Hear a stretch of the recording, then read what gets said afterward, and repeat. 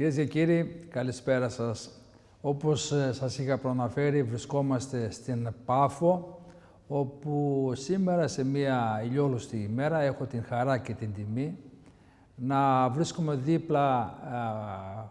δίπλα μου, εδώ κοντά μου, στη διπλανή καρέκλα, με έναν πολύ γνωστό ακτιβιστή μιας πολύ καλής και φίλης χώρας, και μιλάμε για τον κύριο Γιούσεφ Χαντάντ, ο οποίος για ένα διήμερο θα βρίσκεται στην Κύπρο με σκοπό να ενημερώσει τους Κυπρίους πολίτες, τους αδελφούς μας εδώ πέρα, για όλα αυτά τα οποία συμβαίνουν στη Μέση Ανατολή. Κύριε Γιούσεφ Χαντάντ, καλώς ήρθατε. Thank you for having me.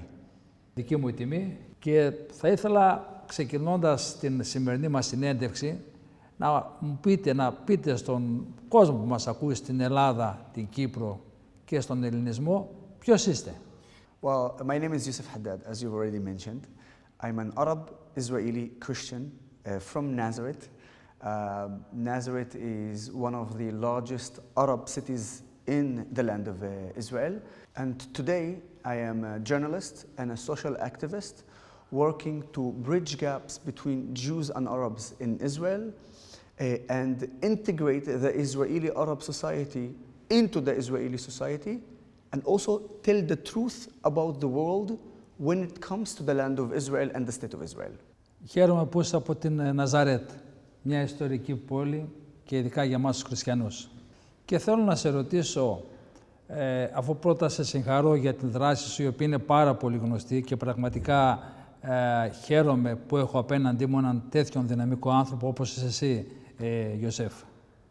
Και θέλω να σε ρωτήσω, πώς μπορεί να συνυπάρχουν ειρηνικά ή με δύο κράτη όπως θέλουν οι Παλαιστίνοι, ένα κράτος, ένα κυρίαρχο κράτος όπως είναι το κράτος το δικό σας, το Ισραήλ, με κάποιους ανθρώπους που δεν έχουμε κάτι με τους ανθρώπους, αλλά οι οποίοι δυστυχώς υποκινούνται από τρομοκράτες, όπως είναι η Χάμας και όπως ήταν και η Χεσμολάχ. You are absolutely right.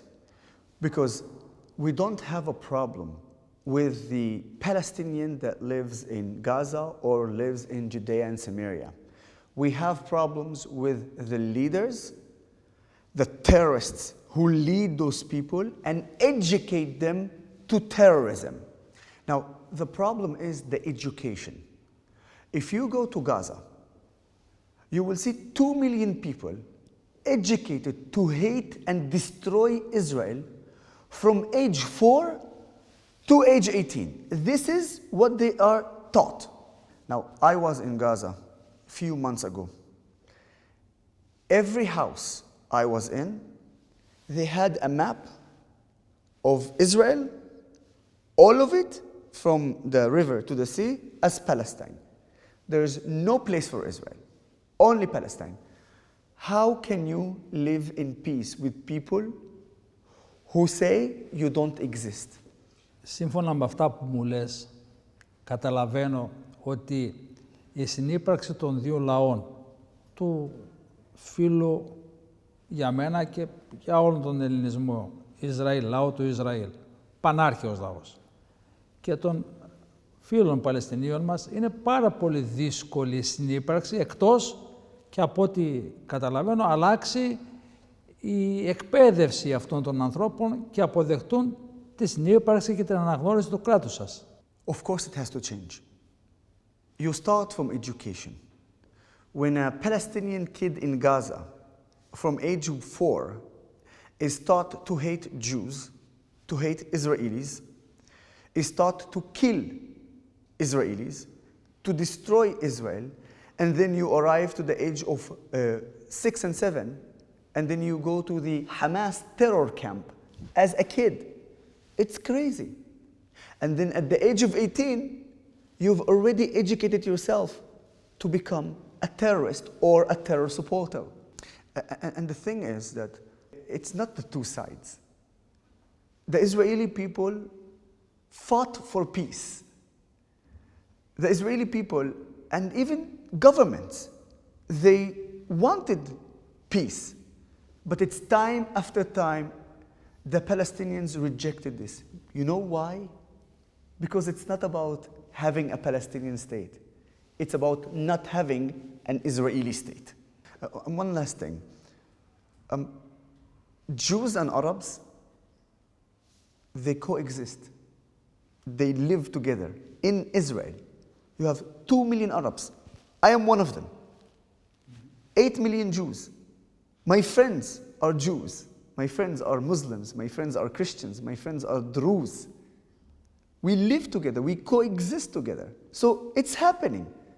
But because we don't want to destroy Israel, and we want to be part of Israel, the Palestinians, if they continue to want to destroy Israel, they're going to continue and suffer. Simple. Αγαπητέ Γιούσεφ, εσύ είσαι ένας χριστιανός Αραβοϊσραηλινός πολίτης που αγαπάς την πατρίδα σου, το Ισραήλ.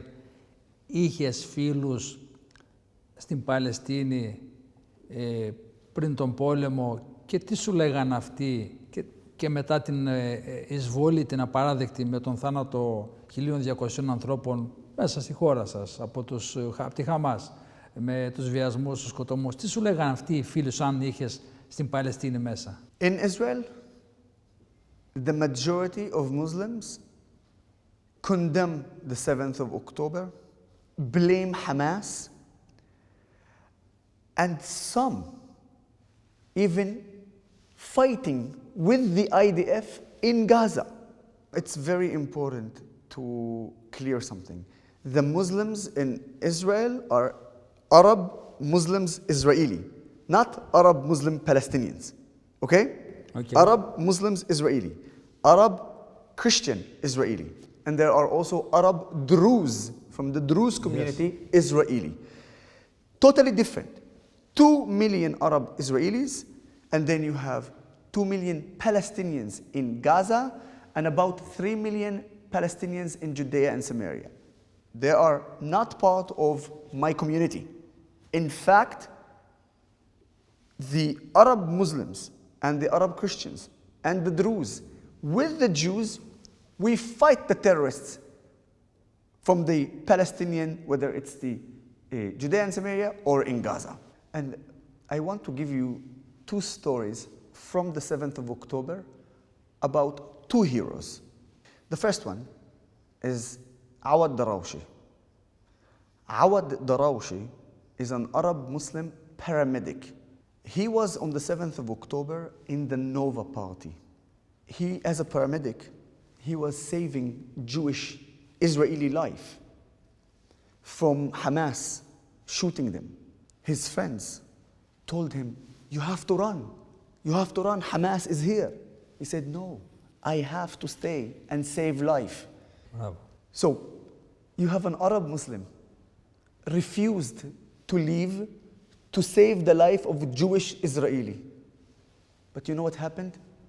Hamas killed him. They killed him because he tried to save life. The second story is about Yousef al-Zayadni. Yousef is an Arab Muslim from Rahat, a city in south of Israel. Yousef was a driver, a taxi driver, and he was in the Nova festival. He refused to leave before he picked up over 30 Israelis while Hamas shooting at him. Yousef al-Zayadni saved the life of over 30 Israelis while Hamas shooting at him. And when he was interviewed on Israeli channel, the journalist asked him, "Why you didn't run away when Hamas shoot you?" And his answer was, "I am an Israeli, and there were Israelis there. Why would I run away? I will save them." So you can see that the life of Arabs and Jews in Israel is partnership. And this is the truth that I'm here to tell everybody. Αγαπητέ Γιούσεφ Χαντάντ, θέλω να πάμε στο σήμερα. 2 χρόνια μετά τον πόλεμο, με την βοήθεια του Πρόεδρου Τραμπ, επιτεύχθη μια ειρήνη. Τελικά είναι η ειρήνη, είναι αυτό που πιστεύω εγώ και πολλοί κόσμος, ότι είναι μια προσωρινή εκεχηρία, και φάνηκε αυτό εξάλλου από αυτά που κάνουν οι τρομοκράτες πάλι εναντίον του ADF. Well, it's not working. Hamas killed 2 Israeli soldiers yesterday. Hamas has been killing its own people since the ceasefire. And Hamas was supposed to bring all the hostages back. We still have 16, unfortunately, dead Israelis, bodies, but Hamas must bring our hostages back. So they are not holding their end in the deal. There is no deal. You cannot negotiate with terrorists. We need to understand that they are liars. They are terrorists. They will lie and will tell you ceasefire, but they will not accept and respect that. If it was up to me, today, I would bomb Hamas with all my power to send a clear message. You do not negotiate with terrorists, you destroy terrorists. Λες θα βομβάρδιζε στη Χαμάς. Εδώ όμως έχουμε την επιστροφή εκατοντάδων χιλιάδων ανθρώπων σε κατεστραμμένες πόλεις που δεν μπορεί να ζήσει κανείς. Και μακάρι να διαψευστώ, και θέλω και τη γνώμη σου, πιστεύω ότι όλοι αυτοί οι άνθρωποι δυστυχώς λόγω των τρομοκρατών σύντομα θα αναγκαστούν να ξαναεγκαταλείψουν τη γη που μεγάλωσαν, γιατί απλά υπάρχουν τρομοκράτες που αυτή τη στιγμή, όπως και εσύ είπες νωρίτερα, έχουν εμφύλιο με άλλους Παλαιστινίους που προφανώς διαφωνούν από αυτά που κάνουν εκείνοι. This is a very important question. But why the Israelis are asked this question? Why we are not asking the Palestinians this question? So here's the thing. Every innocent life, kid, woman, elderly, if they are harmed in the war, I'm sad. But we are in a war that we didn't want, and we have to protect ourselves. The IDF, and I was a soldier in the IDF, I know the truth. I know. We do everything to not harm Palestinian civilians. We target terrorists. If the terrorists hide behind civilians, it is Hamas' responsibility. And this is a war, not a game. So if they don't want to get harmed, one, why Egypt is not opening their cross for them to go to safety and for us to fight Hamas? Why Hamas is continuing to use Palestinian civilians as human shield? Why? Because they don't care about the Palestinians. Hamas don't care about the Palestinians.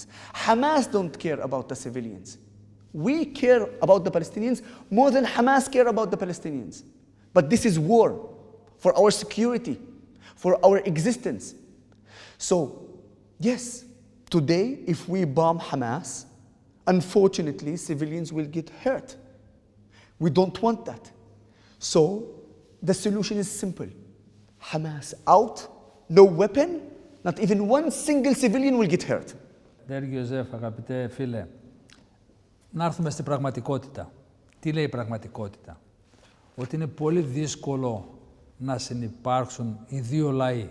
Ο πρόεδρος Τραμπ, ο φίλος μας και δικός μου φίλος και δικός σου φίλος, λέει να γίνει η Γάζα του Τραμπ. Δηλαδή, αυτοί οι άνθρωποι να φύγουνε, να πάνε στην Ιορδανία, όπως είχαν ξαναπάει και παλιά ένα μέρος, να πάνε στη Σομαλία, να πάνε οπουδήποτε, να ζήσουν ανθρώπινα, μέχρι να γίνουν οι συνθήκες. Σου αρέσει το σχέδιο Τραμπ για τη Γάζα του Τραμπ? Well, first of all, we have to be realistic. We want to be realistic. And the fact is that the Arab world will not allow this. It's good to speak and talk, but you can see that even during the war, Egypt did not open their cross to let Palestinian refugees go to Sinai, for instance. By the way, do you know why Egypt did not open the cross? Sisi, the Egyptian president, he says, we did not want to open the cross, the border, because we wanted the Palestinians to stay in their land. Nonsense.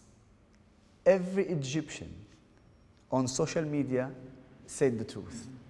He said, we don't want the Palestinians from Gaza to come to Sinai because we don't want their dirty behavior in our country. Now, this is not me saying it. I'm just saying what the Egyptians said on social media, what the president of Egypt is not willing to say because he knows that if he said it, everybody will look at him in a very strange way. How come you speak like this? Despite that everybody thinks that. Everybody. The only realistic solution is the fact that Israel, and it's a three-step plan the way I see it, okay? Step one, total military occupation of Gaza, okay? Mm-hmm. Step two, destroy completely every single member of Hamas. Step three, moving to what I call it a cooperation between the military and the Palestinians who are staying in Gaza until both the education change and security is stable, and then we can withdraw from Gaza and leave Gaza to the Palestinians to live there and to say we will not harm Israel and we will not educate to destroy Israel.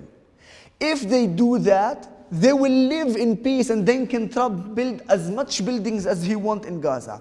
But if they don't do that, we have the right to attack time after time and to stay in Gaza until they change and agree to live next to Israel. Any plan with Turkey, with Egypt, with Qatar, that brings forces to be in Gaza, it's a plan for a future destruction of the security of Israel. I do not trust Erdogan, I do not trust the Prince of Qatar, and I do not trust certainly anyone but Israel and the IDF.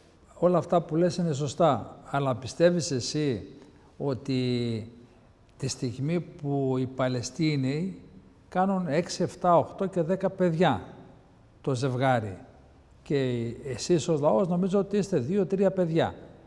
Πώς είναι δυνατόν να ανταποκριθείτε αύριο μεθαύριο στη μεγάλη πίεση των Παλαιστινίων από τη στιγμή που δεν θα γίνει κάτι ώστε να μειωθεί ο πληθυσμός εκεί πέρα για αυτούς που θέλουν να φύγουν, δεν λέω με το ζόρι, και να αναλάβετε εσείς την ασφάλεια του οποιοδήποτε Παλαιστινιακού κράτους. In Israel, you have 2 million Arabs and 8 million Jews, okay? So in the borders of Israel, there isn't any problem. The problems are whether it's in Judea and Samaria or in Gaza, but it's totally separated. There's borders in Gaza. You can't reach Israel unless you do what you did on the 7th of October and you invade and you massacre and you kill, which is a big problem. They can do whatever they want. They can by the way, I've never seen in my life people calling for genocide, and the numbers before the 7th of October, there were 2 million Gazans. Mm-hmm. The numbers today, yeah, still 2 million. So I don't know how it's genocide, yeah? Because you said it right, yes. They bring a lot of babies. And also they celebrate, yeah? Who celebrates a genocide? Which is another very good point. Regardless to that, we don't care about the numbers. We are strong, we have a strong army, we have a very successful and smart people, and sometimes quality is much better than quantity. Πώς αισθάνεστε που πολλοί σας χαρακτηρίζουν σαν τους αρχαίους Σπαρτιάτες, με δεδομένο το ότι αυτή τη στιγμή κάνετε και 4 και 5 πολέμους μαζί, και επίσης πώς αισθάνεστε όταν ζείτε στην χώρα σας και ξαφνικά χτυπούνε στον Αγερμή και πρέπει να πάτε στα υπόγεια καταφύγια? Okay, so first of all, this is a really important thing to say. The majority of Israelis do not run under the ground. We have a bomb shelter in the house. All the new houses in Israel, you have a bomb shelter. So basically for me, I was in the living room, and if there's a siren, I would walk 5 steps, go to the bomb shelter, which is my bedroom, close it, and I'm saying, by the way, I saw that in my own eyes. I visit almost every area that was hit by the Iranian ballistic missile. There was a hit on a building, a very high building. All the rooms who are bomb shelter rooms, nothing, clean. So the image of Israelis running, this is something that they create to show like we are scared. No, one, we are not scared. We are smart because we want to save our life. And two, most of us have bomb shelter in the house because Israel made a very strict law. Any new buildings, you must have bomb shelter. This is how it's important for the Israeli government to save lives. So this is as for the sirens. And you know what? In a way, we got used to it. Okay, you hear a siren. Okay, let's go to the bomb shelter. For the second, or the actual first part of your question, we fought 7 wars. Gaza, West Bank, which is Judea and Samaria, Yemen, Houthis, yes. Hezbollah, Syria, Iraq, Iranian regime, Iran. 7. And then... and 8, Turkey. so 8... Turkey. 8 is Turkey and the rest of the propaganda world. Okay? And we are still standing tall. Yes, I am proud of my country. I'm proud of the female and male fighters. I'm proud of the IDF. I'm proud of the Israeli citizens. There's no other country in the world that will fight like this and still stand tall. I could cry right now. I have goosebumps. And specifically about Iran. The war on Iran, we did this as a favor, not because we want our security, but it's also for the rest of the world. And everybody in the Western world, and also Emirates, Bahrain, Saudi Arabia, they, behind the scene, just thank Israel and say thank you for saving us from Iran. Σας αρέσει η ιδέα να τελειώσετε με αυτό το πρόβλημα, το μεγάλο πρόβλημα των Παλαιστινίων, και να προσαρτήσετε και τη Γάζα και όσοι μείνουν εκεί πέρα, να είναι το δεύτερο σχέδιο του Τραμπ? Τι είναι το δεύτερο σχέδιο του Τραμπ? Μία ζώνη με τα εργοστάσια, μία ζώνη που θα μένει ο κόσμος και η τρίτη ζώνη η παραλία, η Γάζα του Τραμπ.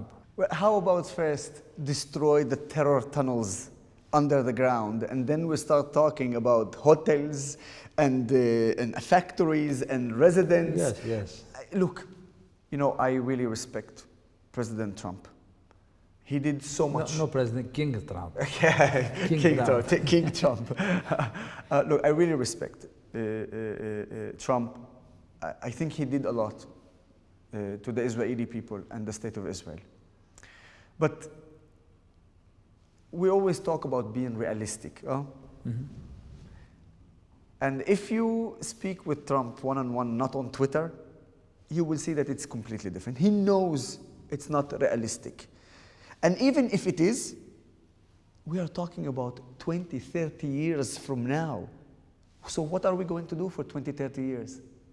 So that's why I am here with the realistic response. And the realistic response is very, very simple. Clear terrorism, clear Hamas, start talking with the head of the tribes in Khan Yunis, in Rafah, in Gaza City, Bet Hanun, all those places. The world needs to understand how the Palestinian society works. You will have one leader of a family, a tribe family, let's say El Masri, and this one leader is responsible for hundreds of people, if not thousands. So whatever he says, they will do. So we need to give them option. If you want your tribe and your family the hundreds of them, to live in peace. You need to live with peace with Israel. If you don't, you're going to bring war to your family. We don't want that. But if we are forced, we will do that. So basically what I'm saying is, the hotels and the apartments and the factories all sound great, but it's nothing if the Palestinian will still want to destroy Israel after that. Σε αυτό το σημείο, φίλες και φίλοι, θα πάμε σε ένα μικρό διάλειμμα. Σε λίγα λεπτά και πάλι κοντά σας, εδώ με τον Αραβοϊσραηλινό Χριστιανό, παρακαλώ, Γιούσεφ Χαντάντ, τον πολύ γνωστό ακτιβιστή, για να συνεχίσουμε την κουβέντα μας, να δούμε τι γίνεται με το Ιράν, τι γίνεται με τη Χεσμολάχ, τι γίνεται με την Τουρκία και φυσικά να μάθουμε και τη γνώμη του αγαπητού μας φίλου για τον κύριο Μητσοτάκη, για τον κύριο Χριστοδουλίδη, για τον κύριο Αναστασιάδη.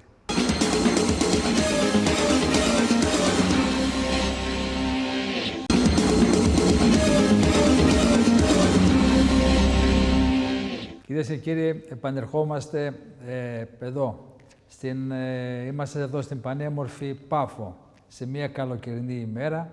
Κοντά μου έχω τον συνάδελφο, δημοσιογράφο, ακτιβιστή, Αραβοϊσραηλινό Χριστιανό, υπήκο της φίλης χώρας του Ισραήλ, ο οποίος, όπως σας προανέφερα, έχει έρθει στην Πάφο και στη Λεμεσό για να ενημερώσει εδώ τους πολίτες για την πραγματική κατάσταση που συμβαίνει στην Μέση Ανατολή και ειδικά στην Γάζα. Λοιπόν, Mr. Γιούσεφ, thank you very much, thank you for all. Να ρωτήσουμε, να πάμε στο επόμενο ερώτημα. Και αυτό που θέλω να ρωτήσω είναι τι γίνεται με τις διαδηλώσεις στο Ισραήλ εναντίον του πολέμου. Τώρα που επέστρεψαν οι όμηροι και ένας σεβαστός αριθμός από τους νεκρούς πίσω. Θα σταματήσουν οι διαδηλώσεις και επίσης βλέποντας αυτούς τους διαδηλωτές ήταν μόνο αυτοί που πραγματικά αγωνιούσαν για τους δικούς τους, είναι και αυτό που λέμε κομμουνιστές, διεθνιστές και λοιποί, οι οποίοι έχουν άλλη άποψη ακόμη και για το κράτος του Ισραήλ. Well, first of all, the fact that we have protests in Israel is the evidence that Israel is a democratic state with freedom of speech. And this is important because you will not see something like this in any other Arab country in the Middle East. Now, alongside the protests, which they are legitimate, who wants to protest to return the hostages, who wants to protest against the government, they're allowed. But we have among us in Israel an extreme minority, very important, extreme minority, that protest against the state of Israel and against the IDF soldiers, and they actually spread the propaganda and the narrative of a terrorist organization like Hamas. What the far extreme left is doing in Israel is not freedom of speech, it's incitement. And that's why we must not allow them. They are hurting the IDF. Soldiers, brave soldiers who are fighting for them as well against terrorism, and they echo lies of Hamas from Israel. This is crazy. Αυτοί οι άνθρωποι είναι, μήπως είναι Ισραηλινοί μουσουλμάνοι και έχουν τέτοιο μένος εναντίον και τέτοια άποψη εναντίον, ας πούμε, της κυβέρνησης του Ισραήλ και τέτοια άποψη για τη γύρω περιοχή. Jews! Jews! This is what's so crazy. You know, I must tell you this because people who is not from Israel, they don't even know that. The first people who started protests, public protests against Israel came from the Jewish community. After that, it gave some courage to the Arab community to join. Up until that, they didn't even do a protest in the Arabs. But again, they are minority, not majority. Πάμε στο Ιράν. Γιούσεφ, Ιράν. Αγιατολάχ. Ο κύριος Νετανιάχου, πρέσβης Νετανιάχου, είπε ότι σύντομα ο λαός του Ιράν θα ζήσει ελεύθερος. Πολεμήσατε για όλη τη Δύση. εναντίον των Αγιατολάχ. Θέλω να σας ρωτήσω, πιστεύετε ότι θα ακολουθήσει νέα πολεμική σύγκρουση με το Ιράν με στόχο την πλήρη εξολόθρευση των Αγιατολάχ και την ελευθερία στο λαό του Ιράν? You know, every Israeli said one thing after the war. The job is not done. We need to clarify something. Israel is not against Iran. Israel is not against the Iranian people. We are against the Iranian regime, the Ayatollah. And I can tell you that I have so many Iranian Persian friends. They love Israel. They want Israel to win. And yes, we must do everything to eventually eliminate the Iranian regime. Because, and this will clarify one thing.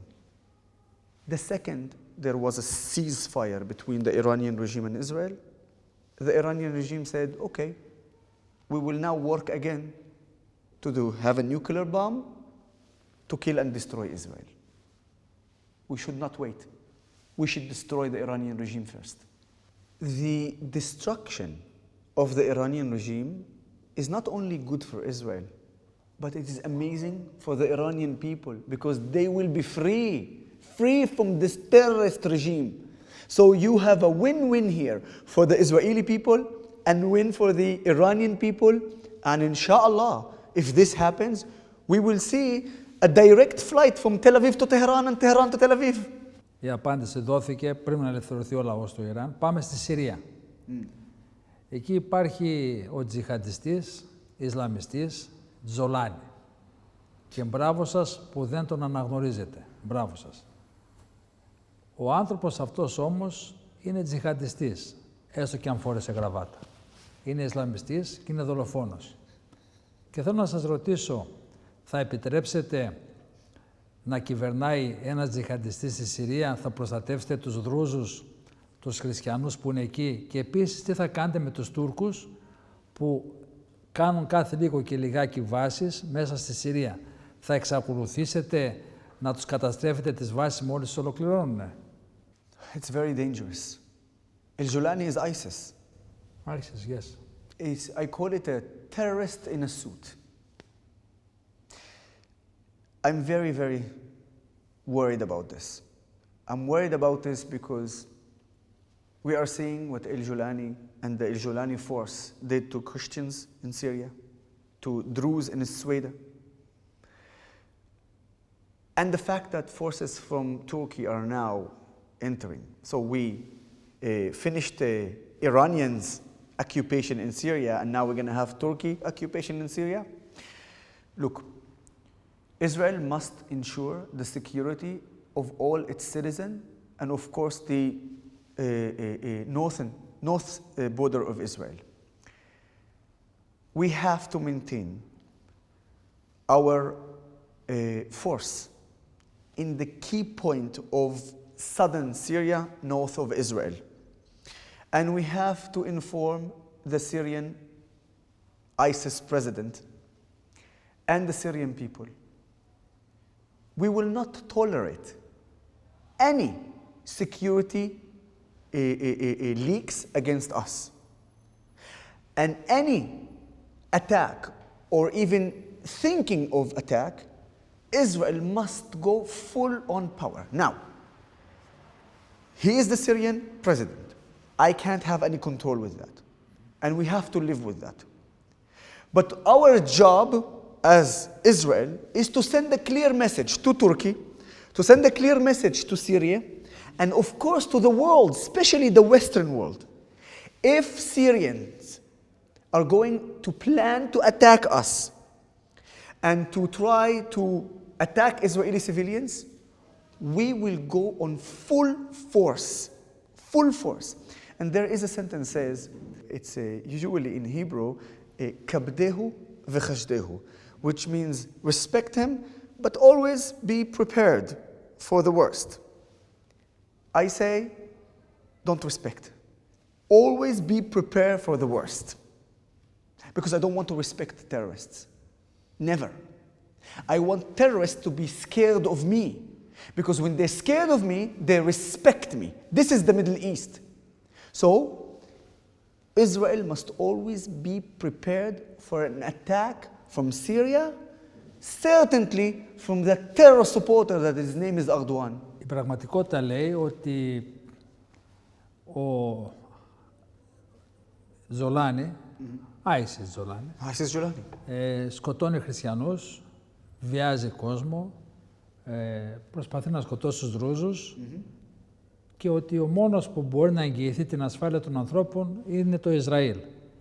Και θέλω να σε ρωτήσω ευθέως, θα προχωρήσετε στη βοήθεια αυτών των ανθρώπων να δημιουργήσουν ανεξάρτητα, όπως και τους Κούρδους, έτσι, όπως και οι Κούρδοι, να δημιουργήσουν ανεξάρτητα κράτη ώστε να μπορούν να ζήσουν όμορφα και ειρηνικά?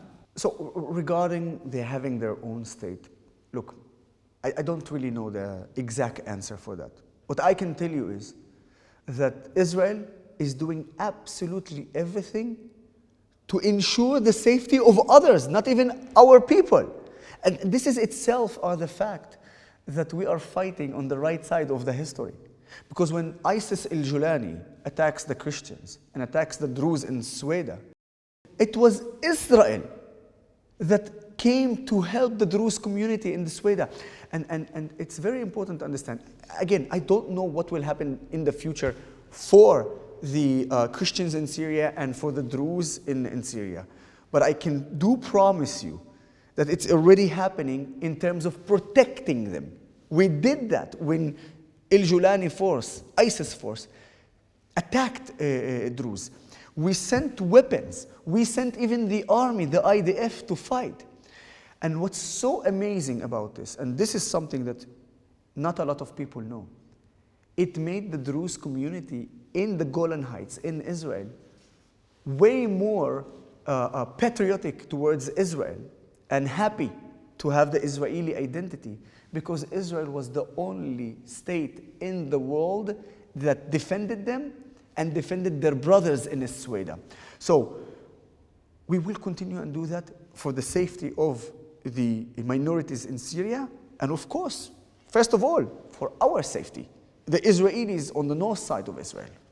When it comes to the Kurds, this is really interesting because many Kurd, like the land of Kurdistan, there are many people who are a fan of Israel. We don't have any problem if it comes to the place where whether Kurdistan or any other entity wants to have their own sovereignty. But Israel now is finding itself fighting so many wars that we need first to take care of our security. And we need first to take care of our people and our land. And of course with the Palestinian-Israeli conflict. Anything additional that can happen and shape the Middle East, why not? We are supporting it. Λοιπόν, αγαπητέ κύριε Γιούσεφ Χαντάντ, πάμε τώρα σε μια ερώτηση που τουλάχιστον εμάς εδώ στην Κύπρο και στην Ελλάδα μας απασχολεί πάρα πολύ. Και θέλω να μου πείτε, στο άκουσμα του ονόματος Τουρκία, Τούρκος και Ερντογάν, πώς αντιδράει ο φίλος λαός του Ισραήλ? Erdogan, in one of his statements, said that Hamas is not a terrorist organization. They are brave fighters. These are the same people who on the 7th of October massacred Israelis, killed Jews and Arabs, kidnapped Jews and Arabs, raped our women, killed our babies, burned entire families alive. And then you have a president of a country, Turkey, comes and says about those monsters, brave fighters and resistance, shame on you. Shame on you, you are a terror supporter. And I said to the Israelis, shame on every one of you if you fly to Turkey. Ban Turkey, boycott Turkey. Don't give 1 cent of Israeli money to Turkey. So I think now you understand how I feel about Erdogan and how I feel about the Turkish government. Every Israeli, when he listen or hear the word the Turkish government and the president, that is the feeling, 100%. By the way, the problem is that, again, the Turkish people, a lot of them are not against Israel. But you have a radical president, terrorist supporter, and he plays it like, oh, I want peace, I want peace. They don't want peace. Erdogan never wanted peace. Erdogan wants to control and control and control and control. Erdogan wants to control Cyprus. Erdogan wants to control Greece. That's who he is. So once again, I say, we don't have a problem with the Iranian people, and we don't have a problem with the Turkish people. We have a problem with the Turkish government, we have a problem with the Iranian regime, and we have a problem with the Ayatollah, and we have a problem with Erdogan. We want peace. And if I'm allowed to add, you know, it's very hard to come and to debate me, because I know the truth. I'm an Arab from Israel. My family lived in Israel for generation after generation after generation. I know the truth. I know what is going on. I know who is the good guy, and I know who is the bad guy. And if you want to come and debate me, I say to those who are supporters of Erdogan, or supporters of Hamas, or supporters of Hezbollah, come and debate me. Let me show you how ignorant you are, how stupid you are, by just showing you the facts and telling you my story and my family's story. So every time I see anyone who supports terrorism, and they see me and they know me, they run. They run away because they are scared of someone who is not a Jewish, live in Israel, and knows the truth. I'll tell you one more thing. Even local politicians in my community, the Arab Israeli community, but they are on the far, far left, extremist, they are scared to go one-on-one on TV against me. Why? Because I expose their lies like no one else, and they are totally scared of that. Θέλω να σε ρωτήσω, τι δεν κάνετε καλά εκεί στο Ισραήλ, και στους φίλους σας και οι φίλοι σας τι δεν κάνουν καλά. Γιατί είδαμε να πηγαίνει ο πρόεδρός σας, ο πρέσβης Μίστερ Νετανιάχου, στο Διεθνές Ποινικό Δικαστήριο και να βγαίνει ένταλμα σύλληψης, λες και είναι εγκληματίας πολέμου, και την ίδια ώρα ο νούμερο 1 εγκληματίας που σκοτώνει κόσμο στη Συρία, στο Ιράκ, στους Κούρδους, στη Λιβύη, στην Αρμενία επάνω, ο Ερντογάν μένει στο απειρόβλητο. This is a very, very important question. We are failing. Israel is failing to share the truth and share the facts.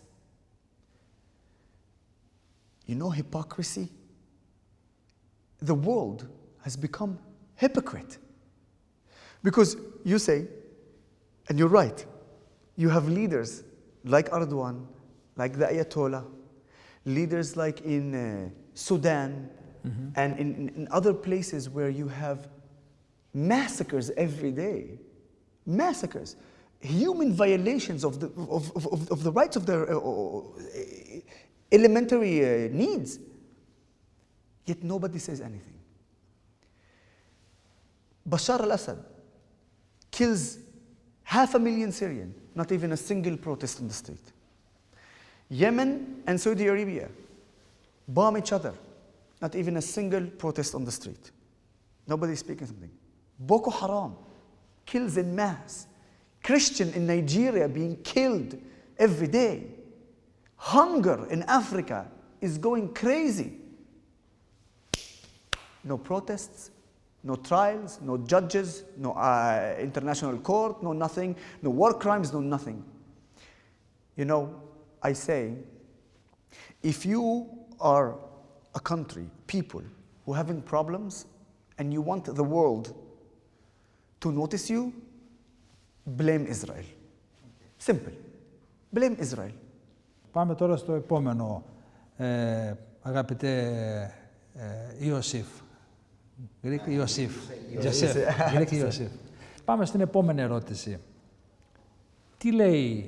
Τι λένε οι συμπολίτες σου στο Ισραήλ για το μέχρι πότε θα πρέπει να ανέχεστε εσείς ως κράτος και ως πολίτες αυτήν την ρητορική μίσους και την επιθετική πολιτική της Τουρκίας έναντι του Ισραήλ και πώς αντιδράτε εσείς όταν βγαίνουν οι Τούρκοι, ο Χαντάντ, και λέει ότι θα δείτε τι θα πάθετε το Ισραήλ, η Κύπρος και η Ελλάδα εάν δεν διαλύσετε την συμμαχία εναντίον της Τουρκίας. It depends. I'm not part of the Israeli government, so I don't know a lot of the details behind the scene. But I do, as a journalist, do my research, and I do know what the Israeli people think. We are talking about something very important to the alliance of Israel, Cyprus, and Greece. And this is also the alliance and the projects that we want to do together. It will help the Israeli people, it will help the people here in Cyprus, and of course the people in Greece. But if Turkey is not part of it, Erdogan and his government are going to feel left out, and they want to be everywhere. This is the mentality of a Middle Eastern occupier. That's who they are. We must not tolerate that. I don't know what's happening today with the current government, but next year we have election in Israel. The new government, and maybe Bibi again, or some new president or new prime minister, we must understand that we have to form a very strong coalition between us, Israel, Cyprus, and Greece, and the rest of the Western world, and send a clear message to Turkey: enough is enough. This is a project that we are working together on that will make our life better and will make the life of people in Europe and the Middle East better.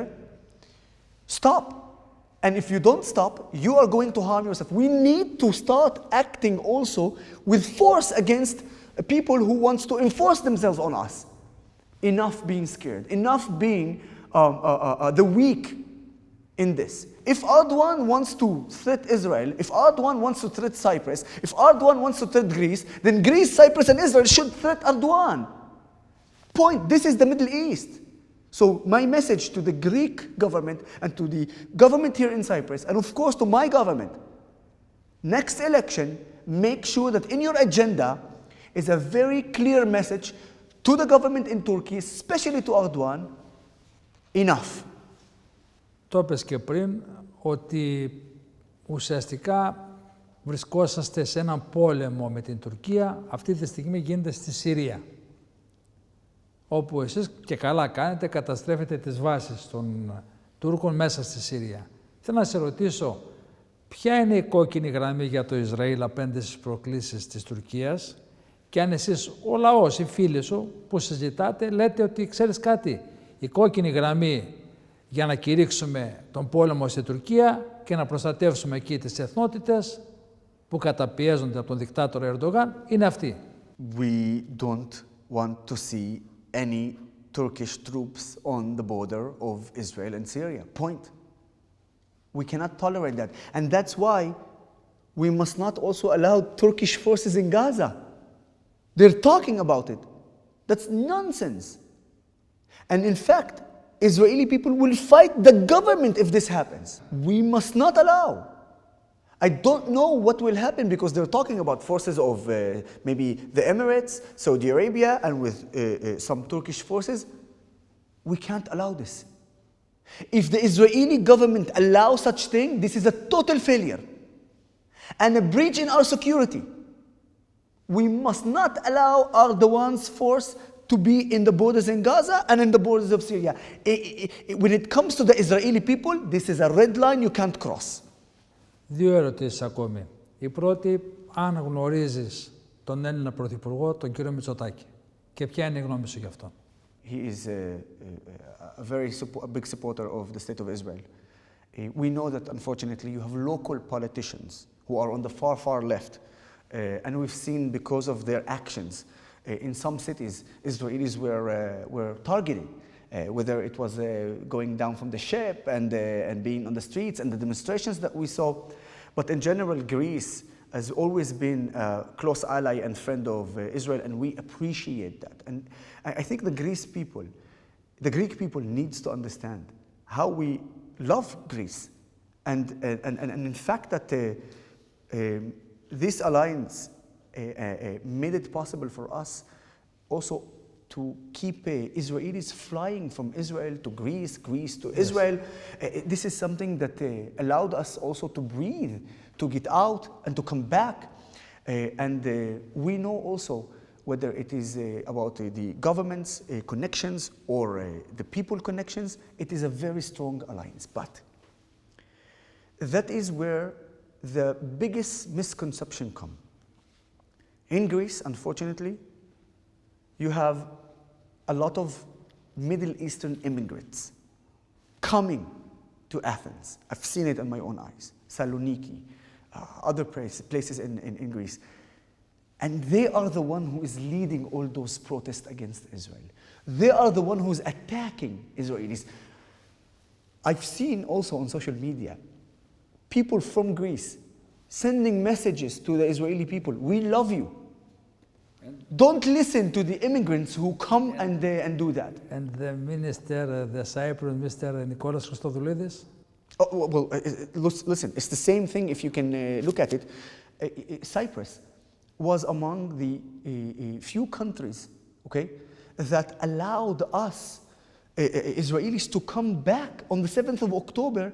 So IDF soldiers who are in Europe or in the rest of the world allowed them to come back to Israel. So whether it's Greece, whether it's Cyprus, and of course, come on, we have projects together. Not only that, we have future projects together that Turkey wants to stop, right? So I hope that whether it's the Greek president or the president here in Cyprus, continue their support with the state of Israel, because the majority of the people in Cyprus and the majority of the people in Greece and the people of Israel support and love each other, and we are very close neighbors. We must strengthen our relationship, if it's not only because we love each other, but it's also to be an allies against the Turkish government and against Erdogan. Super important.